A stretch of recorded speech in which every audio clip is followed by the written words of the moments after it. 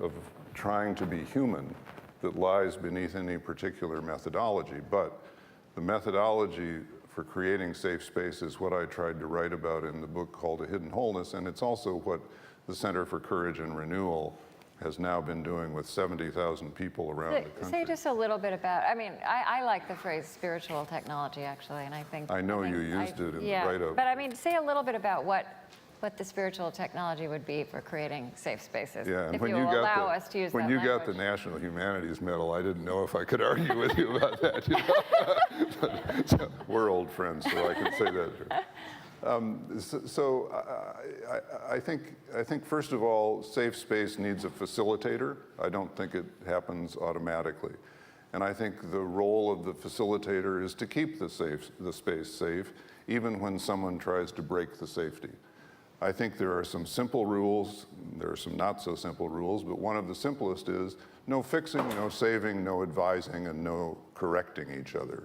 That creates safe space. And when we announce at the beginning of a 2-year journey through 8 retreats of 3 days each, with a cohort of 25 physicians or 25 K through 12 teachers or 25 whoever, and we announce no fixing, no saving, no advising, no correcting, there's always someone in the group who says, well, what in heaven's name are we going to do for the next 2 years?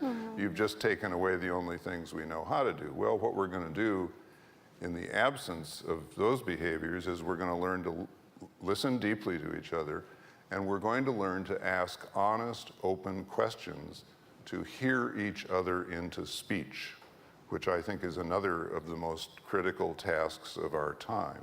So many people unseen, unheard, they need to be heard into speech. How often are you asked a story about your life? It's been happening at this conference, and a lot of safe spaces have been created at this conference, which is one of the reasons I admire pop tech so much. The asking of honest, open questions is a high art. We are not gifted at it. I've been at it for 25 years and I'm still learning. Have you thought about seeing a therapist is not an honest, open question, right? And we love to ask questions like that.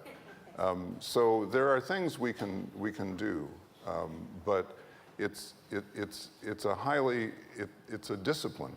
It's a discipline. Courtney, you wrote a column or a blog somewhere about listening as a social technology for an innovative social innovation for the 21st century. Yeah. But I mean, I think the point is it is an art, and it's not something that we have to relearn it. Yeah. We don't have a lot of space, and we don't actually